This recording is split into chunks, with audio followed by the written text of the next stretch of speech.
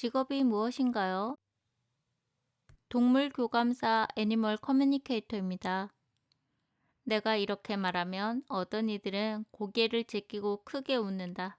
에이, 설마요. 나는 그동안 참 오해를 많이 받은 사람이다. 동물과 대화를 하는 사람이라니. 동물도 사람의 언어를 가졌다니. 그거 참 말도 안 된다는 거다. 그리고는 슬며시 이렇게 묻기도 한다. 혹시 신내림을 받은 건가요? 라고. 심지어 반려동물에게 문제가 있어 나를 찾아온 고객조차도 내가 동물과의 교감 결과를 이렇게 얘기해주면 반신반의하며 묻는다. 유기견인 건 맞는데 어떻게 맞추셨어요? 혹시 그냥 아이의 눈빛이 떨리고 다리를 살짝 저는 모습을 보고 추측하신 게 아니신지. 충분히 이렇게 말할 수 있다. 누구든 감으로라도 동물의 눈빛을 보면 그 정서 상태가 느껴질 것이고 다리를 절룩거리는 거 명백히 눈에 보이는 현상이니 아마도 교통사고를 당하지 않았을까 추측하는 것이라고 생각할 수도 있다. 그것보다 지금 바로 병원에 데려가 보세요. 그러면 왜 이제야 데려왔느냐고 할 테니까요. 동물과 대화를 한다는 것은 어떻게 보면 아주 간단한 원리이고 어떻게 보면 상당히 복잡한 원리이다. 연인의 마음을 어떻게 아시나요? 라는 질문에 사랑하니까 라고 말하는 것처럼 동물에 대해서도 이 같은 1차적인 답을 할 수 있다. 책 나의 문화유산 답사기에서 유홍준 교수가 언급한 사랑하면 보이고 보이면 알게 되나니 그때 보이는 건 예전 같지 않더라 라는 말은 동물에도 해당되는 말 같다.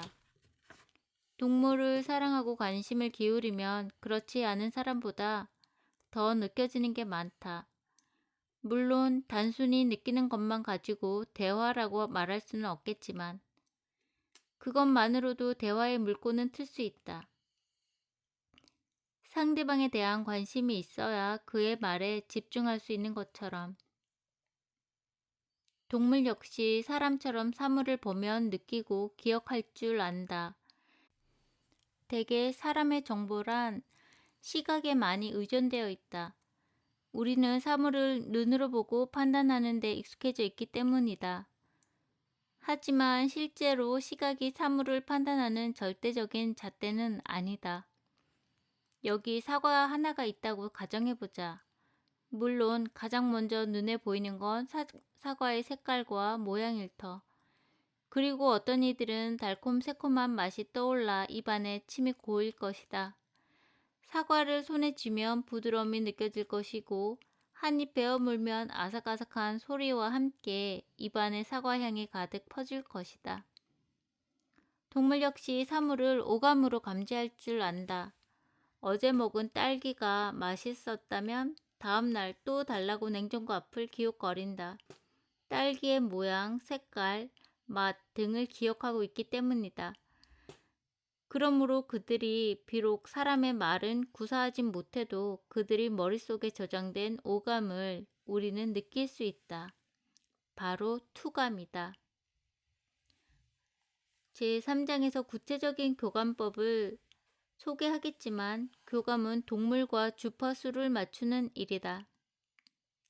동물의 지능, 특히 많은 이들이 집에서 반려동물로 키우는 개의 경우 사람으로 치면 3살 정도 수준이라고 한다. 뇌과학에서는 흔히 어린아이들의 뇌는 닫힌 상태가 아니다라는 표현을 쓴다. 성인처럼 고등 정보를 익히고 판단하는 대뇌 변형계가 발달하지 않았기 때문이다. 동물 역시 어린아이들과 똑같아. 사람처럼 복잡한 정보를 익힐 일이 없고 메모하는 일도 없다. 그래서 뇌에서 나오는 파장이 항상 가수면 상태인 세타파를 유지한다. 그리고 이것은 그들의 몸에서 가장 전류량이 많은 심장의 파동과 일치한다. 사람이 집중과 호흡을 통해 그들과 주파수를 맞추면 채널링, 즉 교신이 가능한 것이다. 그러니 동물을 사랑하는 사람이라면, 몸이 건강한 사람이라면 누구나 교감이 가능하다. 물론 정도의 차이는 있겠지만 마치 운전면허 시험을 위해 제대로 공부를 하면 운전을 할 수 있는 것처럼 동물 교감도 그렇다는 뜻이다. 사진 작가인 부모 덕에 아프리카에서 나고 자란 어린 소녀 티피는 아프리카의 야생동물들과 친구처럼 스스럼 없이 지냈다. 남들은 무서워하는 독사를 거리낌 없이 목에 두르고 개구진 표정을 짓거나 표범 품에서 새근새근 잠들기도 했다. 이 귀여운 소녀는 어린 시절부터 동물들과 함께 자란 덕에 저절로 그들과 어울려 살 수 있었고 대화까지 가능했던 것이다. 티피의 부모는 그런 아이의 모습을 사진으로 담아 책으로 냈고 반응은 폭발적이었다. 침팬지 어머니이자 침팬지 박사인 제인 구달 역시 20살 때부터 아프리카로 건너가 침팬지들과 무려 40년 동안 동고동락했다. 그녀는 이제 침팬지들의 눈빛만 보아도 그들이 무엇을 원하는지 알 수 있다. 심지어 동물 사랑과 지구 환경 보호 실천을 위해 전 세계를 누비면서 강단에서는 그녀의 첫 인사는 바로 침팬지가 입에서 내는 소리들이다. 나에게 어떻게 동물 교감사가 되었느냐고 묻는 이들이 많다. 그럴 때마다 나는 그냥 머쓱해하며 대답한다. 그냥 동물과 함께 먹고 자고 뒹굴다 보니 그렇게 됐습니다. 나는 경북 양남면 환설이라는 깡시골에서 태어났다. 아버지께서 생계 유지를 위해 사우디아라비아로 가신 까닭에 어머니께서 할머니 댁으로 들어와 나를 낳으신 것이다. 기억 속의 할머니 댁 마당은 한마디로 동물의 왕국이었다. 한쪽에선 강아지들이 컹컹대고 겁도 없이 강아지를 향해 폴짝 뛰어든 개구리는 안타깝게도 놀잇감이 되곤 했다. 그리고 그 곁으로 날아든 참새가 강아지 밥을 나누어 먹는가 하면 수탉들이 사납게 꼬꼬댁거리며 마당 한가운데를 질러가는 하루도 조용할 날이 없는 그런 풍경. 어디 그뿐인가.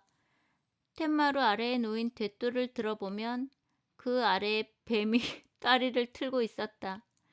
호기심에 내가 뱀을 잡으려 하면 할아버지께서는 단호히 말씀하셨다. 집신이다. 건드리지 말거래. 할머니께서는 물고기도 잡아 드실 생각은 안 하고 큰 대야에 풀어두고 키우셨다. 할아버지 역시 두더지에게 밥을 주시고 야생 꿩을 잡아다가 마당에서 기르셨다. 그렇게 각종 동물들은 우리와 어울려 사는 존재였다. 나 역시 꼬마 티피처럼 뱀을 만지작거리며 목에 걸고 다녔으며 두더지를 손바닥 위에 얹어놓고 놀았다. 마땅한 동무 하나 없던 내게 동물들은 버시자 가족이었던 것이다. 지금 와서 생각해보면 그때부터 나는 동물과 교감이 되었던 것 같아. 아니, 그때가 어쩌면 동물과 보낸 가장 다정한 한때였는지도 모르겠다. 친구도 없는 내 이야기를 가장 잘 들어주는 이들이 바로 동물들이었으니까. 또한 사리 판단이나 계산을 잘 할 줄 모르는 순수한 어린 아이야말로 교감을 잘 할 수 있는 최적의 조건을 갖췄기 때문이다. 환경과학자이자 야생 생물학자 그리고 동물 의사소통자인 마탈 윌리엄스는 동물과의 대화에 대해 문명 이전의 언어를 사용하는 일이라고 말했다. 이 말은 이성을 작동시키기 이전의 본능적인 감각을 뜻하는 것일 게다. 지금도 나는 가끔 귀마개와 안대를 낀 채 걸어다니는 연습을 한다. 더 이상 검정 고무신을 신고 눈두렁을 띄워놓는 시골 아이가 아닌 나는 어쩔 수 없이 눈으로 본 것 위주로 세상을 판단하고 이해한다. 그래서 가끔은 인위적으로라도 이것들을 차단하고 싶은 것이다. 생각을 멈추고 오감을 열지 않으면 그들과의 교감이 불가능하기 때문이다. 자식은 부모의 거울이다 라는 말은 반려동물에게도 해당된다. 마치 아이들이 그렇듯 동물도 반려자의 마음을 거울 보듯 똑같이 느낄 뿐 아니라 때로는 관찰하고 모방한다. 또 반려자가 밖에 나가서 극심한 스트레스를 받고 집에 돌아오면 그들은 그 스트레스를 고스란히 느낀다. 심한 경우 이로 인해 면역력이 약해져 피부 질환을 일으키기도 한다. 아끼는 카펫에 날마다 소변을 누는 동물을 보면 정말 한 번쯤 빽 소리를 지르고 싶을 것이다. 그리고 마음과 달리 자꾸 그러면 엄마가 너 버려버릴 거야 라는 말을 하기도 한다. 그런데 이렇게 홧김에 그냥 한 말이지만 동물은 정말 자기를 갖다 버릴지도 모른다는 공포감에 휩싸여 식음을 전폐할 수도 있다. 누나가 요즘 힘들어해요. 700만 원을 받아야 하는데 500만 원 밖에 받지 못했거든요. 아저씨, 돈은 어디에 있는 거예요? 제가 돈을 못 벌어서 누나한테 정말 미안해요. 내게 이렇게 말하는 강아지도 있었다. 반려자에게 물어보니 회사가 어려워지는 바람에 받아야 할 월급을 다 받지 못해 집에서 자주 짜증을 냈다고 말했다. 이 때문에 강아지가 심한 죄책감을 느낀 것이다. 반려자가 자기를 키우려면 돈이 필요하다는 사실을 잘 알고 있기 때문이다. 어느 날부터 강아지 찌찌가 사료를 먹지 않는다고 걱정하는 반려자의 상담 전화를 받고 교감을 해봤더니 이렇게 말하는 경우도 있었다. 사료를 먹을 수가 없어요. 엄마가 사료값이 올랐다고 걱정하는 이야기를 들었거든요. 교감 내용을 전해주면 반려자들은 동물의 예민함에 그저 놀랄 뿐이다. 지나가는 말로 그냥 한마디 푸념한 것뿐인데 점점점. 예쁜 토끼 한 마리는 나와 교감하면서 슬프게 운 적이 있다. 정말 오랫동안 울었다. 지금 왜 힘들지? 엄마 때문이에요. 엄마가 왜? 엄마가 화학약품을 먹어요. 담배와 술을 말하는 거예요. 그러면 엄마 머리는 멍해지죠. 그런 엄마를 보면 속상해요. 너무 속상해서 눈물이 나요. 반려자가 습관적으로 술을 마시고 담배를 물 때의 헛헛한 마음이 옆에 있던 동물에게 고스란히 전이된 셈이다. 현명한 부모라면 자식들 앞에서 말도 골라서 하고 밖에서 힘든 일이 있어도 내색을 하지 않으려고 노력할 것이다. 부모가 우울해하면 자식들도 금세 의기소침해진다는 사실을 잘 알기 때문이다. 동물들 앞에서도 그처럼 노력할 필요가 있지 않을까? 말 못하는 동물이라고 해서 그 앞에서 자주 신세 한탄을 하거나 돈 때문에 속상하다는 이야기를 자주 하면 반려동물들은 반려자 이상으로 걱정을 하기 시작한다. 그리고 대부분 그 걱정은 병증으로 표출되고 심지어 단식행위를 하는 경우도 있다. 자신이 엄마의 짐으로 여겨져 마냥 굶는 것인데 이럴 땐 정말 교감으로라도 그들을 설득하기가 힘이 든다. 그들에게 단식은 자살행위나 마찬가지인데 말이다. 동물을 키우는 일은 어쩌면 임산부의 태교처럼 매우 조심스러운 일인지도 모르겠다.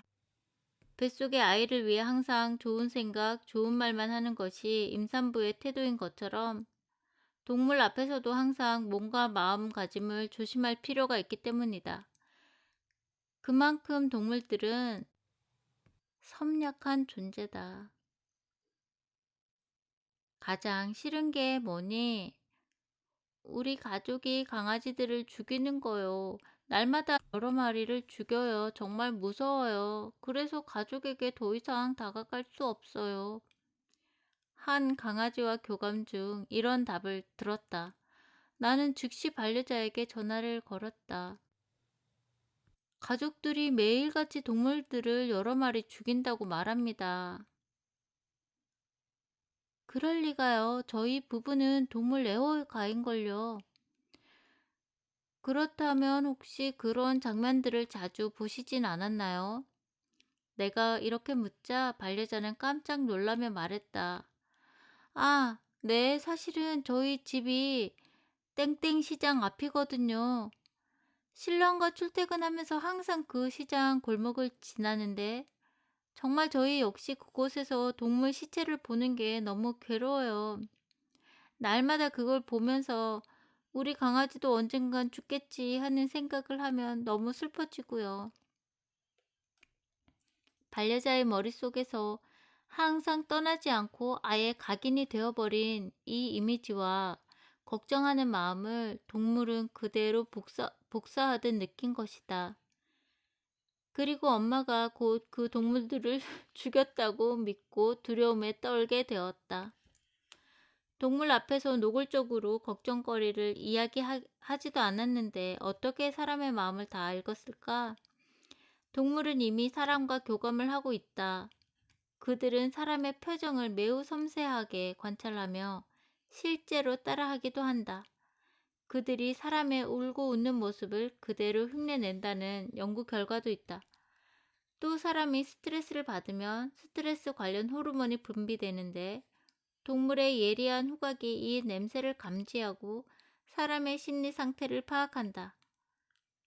심장박동, 숨소리도 듣는다. 청력이 사람보다 4배에서 10배나 좋은 동물들은 반려자의 심장박동이 평소와 달리 불규칙하게 뛰는 소리를 듣고 반려자의 기분이 어떤지 알아차린다.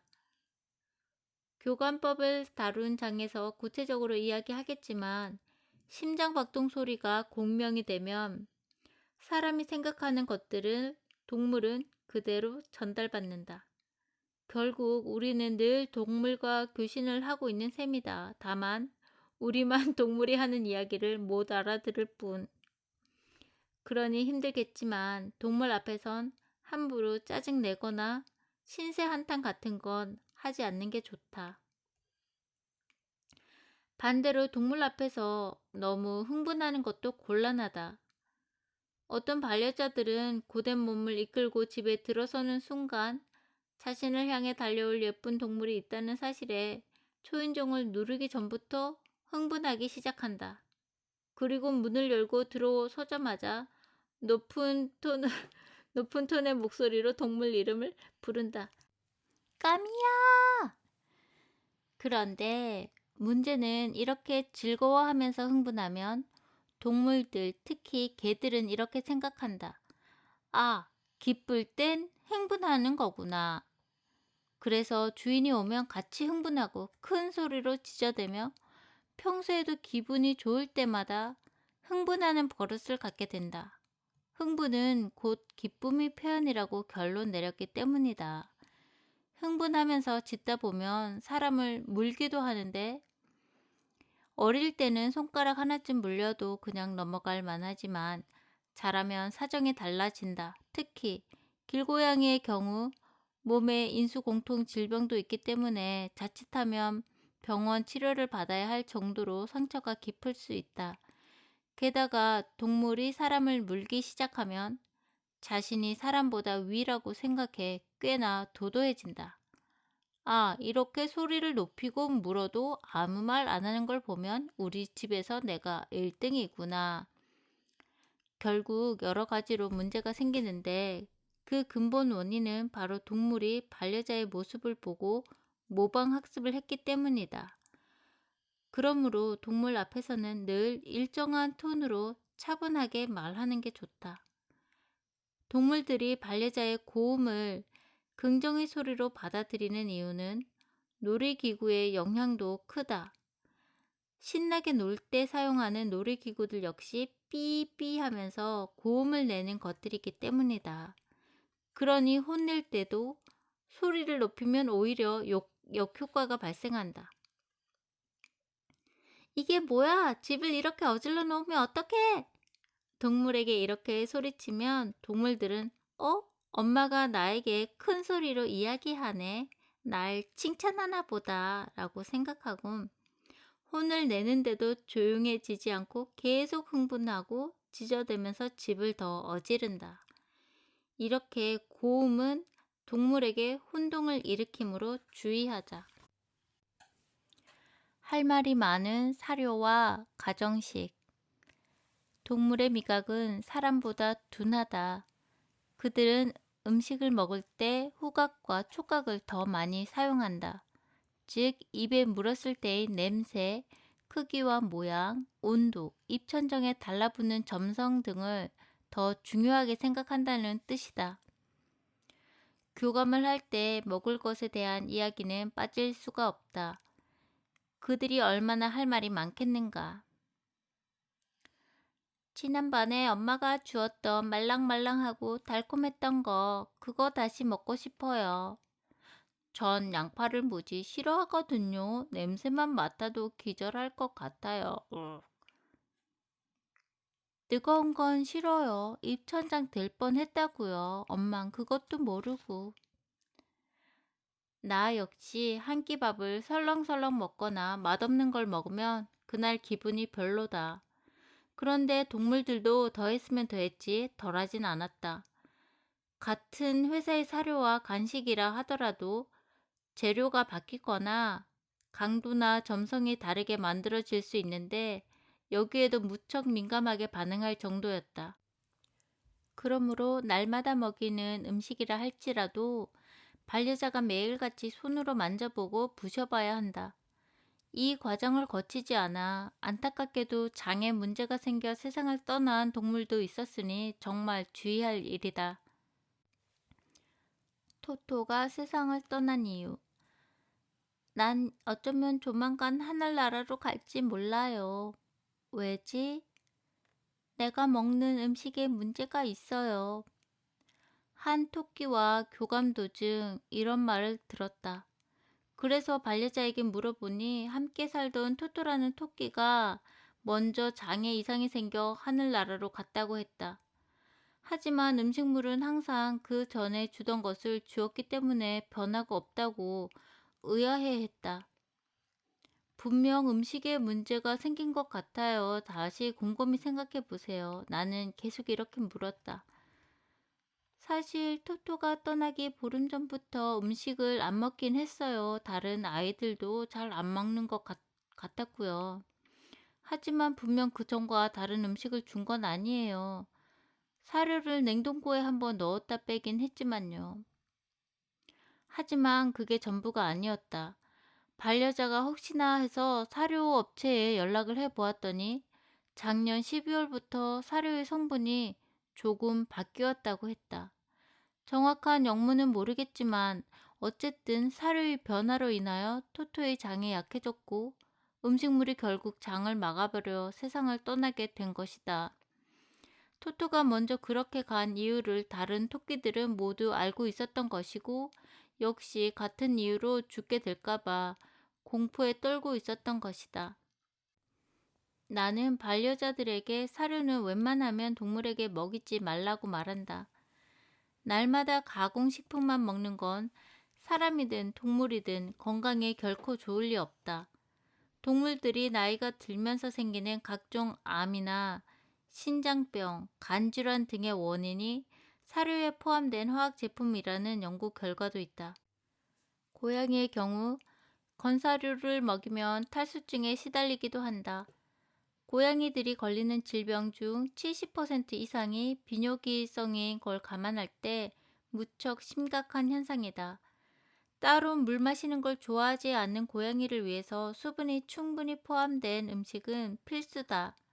게다가 그들은 육식동물이기 때문에 동물성 단백질을 섭취해 주어야 하는데 건사료의 단백질은 식물성이니 결국 생선을 좋아하는 육식동물에게 초식동물의 먹이를 주고 있는 꼴이다.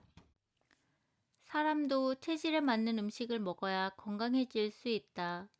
몸이 찬 사람에게는 성질이 따뜻한 음식이 필요하고 위장이 약한 사람에겐 부드러운 연동식이 필요하듯 동물도 몸 상태에 맞는 맞춤 음식이 가장 이상적인데 그게 바로 가정식이다.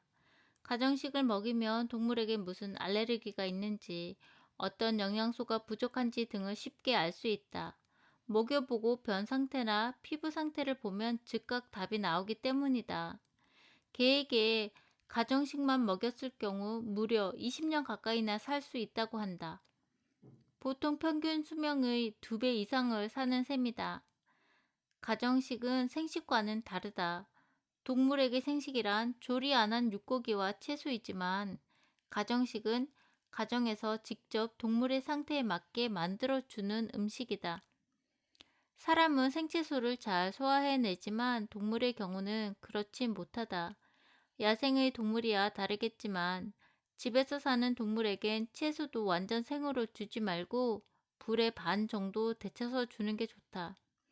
특히 신장에 문제가 있을 경우엔 반드시 그래야 한다. 땅에서 나고 자란 채소나 과일 그리고 생선과 육고기들이 대부분 동물의 먹을거리이다.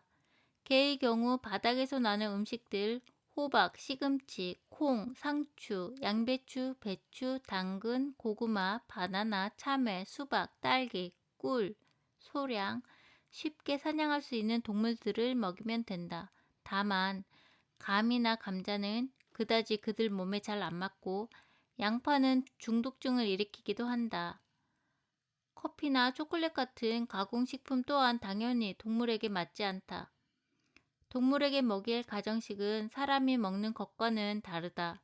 사람의 요리에 조미료 특히 소금은 필수지만 동물에게는 그렇지 않다.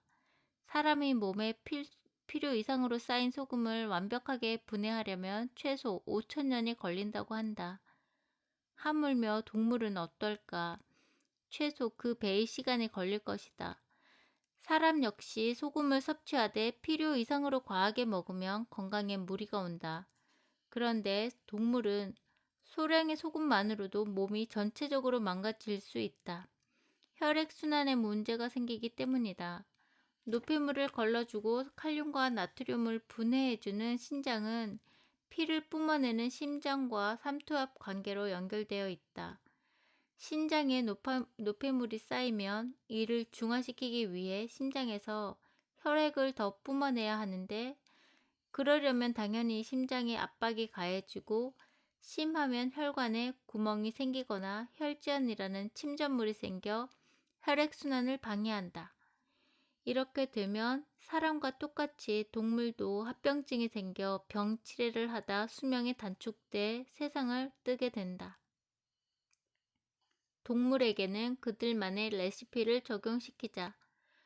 조금씩 먹여본 후 동물이 거부하거나 몸에 이상 증세가 나타나면 방법을 달리 하거나 재료를 바꿔야 한다. 음식으로 인한 병이 날로 늘어가면서 사람들 역시 까다롭게 재료를 고르듯 동물들도 마찬가지다. 특히 나이 들고 아픈 동물일수록 음식에 더 정성을 들여야 한다는 걸 명심하자. 제발 내 이야기를 들어주세요. 전 늘 엄마에게 말을 걸어요. 그런데 엄마는 전혀 못 알아들어요. 그런데 아저씨는 어떻게 제 말을 알아들어요? 처음에 내가 동물들에게 말을 걸면 이들은 깜짝 놀라면서 내게 이렇게 하소연한다. 때로는 투덜대는 동물도 있다. 이런 걸 보면 동물도 참 성격이 가지각색인 것 같아. 중요한 건 성격이 유순하거나 까칠하거나 상관없이 동물들은 항상 반려자와 대화를 하고 싶어 한다는 점이다. 엄마, 물맛이 갑자기 왜 이래요? 엄마, 난 같이 사는 이 친구가 정말 싫어요. 늘 이렇게 이야기하는데도 우리가 그들의 이야기를 듣지 못하고 있는 것이다. 심지어 의사소통의 장애로 인해 서로 힘들어지기도 한다. 내가 물어본다. 왜 방바닥과 이불을 자꾸 핥는 거야? 엄마가 싫어하잖아. 요즘 엄마가 많이 힘들어해요. 그래서 제가 도와주려고 입으로 방도 닫고 이불도 빨아주는 거예요. 제 입과 혀는 청소하는 기능도 있으니까요. 제가 열심히 했으니까 엄마도 저한테 잘한다고 했어요. 그래서 저 역시 힘들지만 계속하고 있는 거라고요. 그런데 전 솔직히 엄마가 좀 이해가 안 되네요. 엄마가 좋아해서 하는 건데 청소하고 있으면 자꾸 나무라거든요. 왜 그럴까요? 엄마가 혹시 어디가 아프기라도 한 걸까요? 이것 때문에 고민하느라 전 요즘 입맛도 없다고요. 강아지 포프는 반려자인 엄마와의 커뮤니케이션에 문제가 생긴 게 분명했다. 내가 이 얘기를 반려자에게 전했더니 반려자 역시 참 이상하네요. 저는 포프에게 청소를 하라고 한 적이 없거든요. 하지 말라고 나무라기만 했어요. 라고 답답해했다. 둘 사이에 왜 이런 오해가 생겼는지 하나씩 짚어보자. 1. 반려자는 개인적으로 힘든 문제가 있어 포프 앞에서 종종 시무룩한 표정을 짓곤 했다. 2. 포프는 엄마가 힘들어하는 게 마음에 걸려 청소라도 도와주고 싶은 마음에 방바닥은 물론 이불까지 핥았다. 3. 이를 본 반려자는 하지마 지저분해지잖아 라며 포프를 나무랐다. 4. 포프는 엄마가 나무라는 말을 할 때 엄마의 머릿속 영상을 스캔해 보았다. 그랬더니 엄마의 머릿속에 바닥과 이불을 핥는 포프 자신의 모습이 보였다. 결과적으로 포프는 생각했다. 엄마가 나더러 청소를 계속 하라고 하시네. 그래, 힘들지만 엄마의 고단함을 덜어주려면 청소를 계속 해야 해. 하지만 이를 본 반려자는 더 화가 날 뿐이다. 하지 말라는데 왜 계속 미운 짓을 하니? 가뜩이나 청소하느라 몸이 고단해진 포프는 엄마의 야단에 그만 마음까지 힘들어지고 말았다. 왜 엄마 머릿속하고 행동이 다른 거지? 아, 도대체 왜 그런 걸까? 속상해. 제가 하이디 책에서도 똑같이 읽었는데요. 강아지가 카펫을 항상 물어뜯는데 그것을 하지 말라고 그러면 계속 그것을 더 한다. 강아지는 하지 말라고 말하는 그 주인의 그 텔레파시 영상은 계속 강아지가 카펫을 물어뜯는 그것을 보는 거죠. 그래서 계속 뜯으라고 하는구나. 그러니까 이제 그것을 저지하고 싶으면 그 하는 행동을 머리에 떠올리면 안 돼요. 저지하고 싶은 것을 떠올리지 말고 시키고 싶은 것을 떠올리고 카펫에 예쁘게 누워서 잘 자는 그런 걸 떠올리거나 강아지가 바닥을 핥고 이불을 핥는 게 싫으면 그것을 절대 떠올리고 강아지한테 자꾸 똑같은 전송을 하지 마시고 원하는 행동, 교정된 행동을 떠올리고 그것을 전송하고 또 그것을 얘기하고 부탁해야 된다. 이것은 보통 말하는 창조 원리와도 똑같은데요. 우주는 우리 생각을 복사한다. 그래서 원하지 않는 것을 계속 생각하고 있으면 그 원하지 않는 것을 계속 반복한다. 이런 얘기죠. 책으로 돌아갑니다. 교감을 하다 보면 반려자와 동물 사이에 이런 오해가 숱하게 일어난다는 걸 알게 된다. 이런 오해가 일어나지 않도록 동물과 소통하는 것, 그것이 바로 동물 교감이고 내가 하는 일이다. 내가 오해를 하나하나 풀어주면 동물들은 무척 고마워한다. 그런데 마지막엔 꼭 시무룩한 표정으로 이렇게 말한다. 그런데 왜 아저씨가 대신해줘요? 엄마랑 나랑 직접 이야기할 순 없는 거예요? 동물들은 반려자와 직접 이야기하고 싶은 것이다.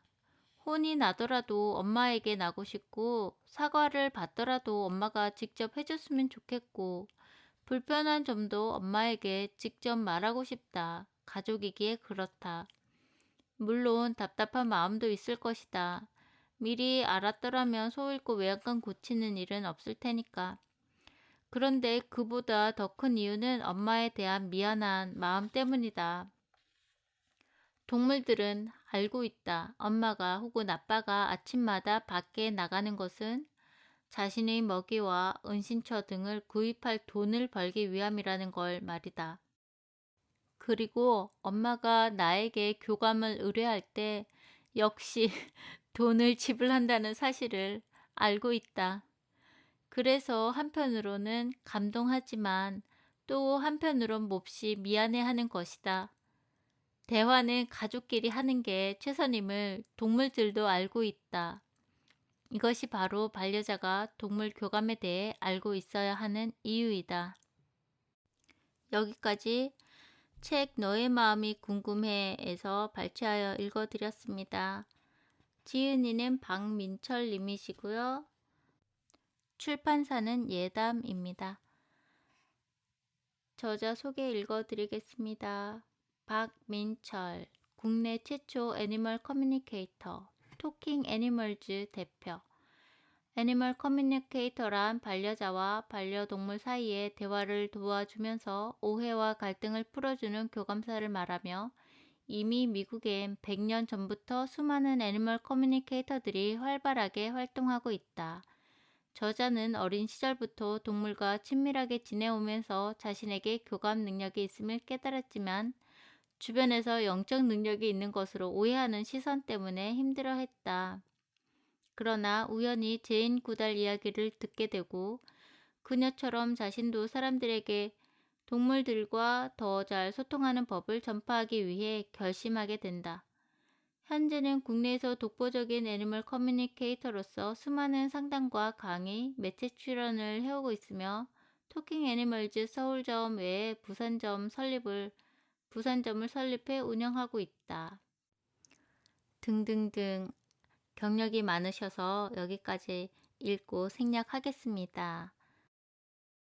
이 책은 다른 애니멀 커뮤니케이터 기법을 가르치는 책들보다는 좀 더 전체적으로 반려동물과 함께 사는 반려인들이 어떻게 하면 반려동물과 잘 지낼 수 있는지 그런 부분들이 좀 이분의 다양한 경험들과 동물들과 교감해서 알게 된 그런 지식들, 그러니까 동물들이 알려준 얘기들을 통합해서 전달해주고 있는 것 같아요. 2012년도에 처음 출판되었고 아직도 판매 중이고 구매가 가능한 책입니다. 그래서 전체 4 부분으로 되어 있고요. 1장 교감의 첫걸음은 존중입니다. 2장 동물을 잘 알수록 제대로 사랑할 수 있습니다. 3장 동물 교감 누구나 할 수 있습니다. 4장 동물을 살리는 일은 지구를 살리는 일입니다. 이렇게 되어 있고 중간중간에 굉장히 실생활에 적용할 수 있는 많은 부분들이 있어요. 한국인이 쓴 책이라서 그런지 다른 책에 비해서 쉽게 읽히고 술술 읽혔던 것 같아요. 여러분들에게 많은 도움이 되었으면 좋겠습니다. 감사합니다.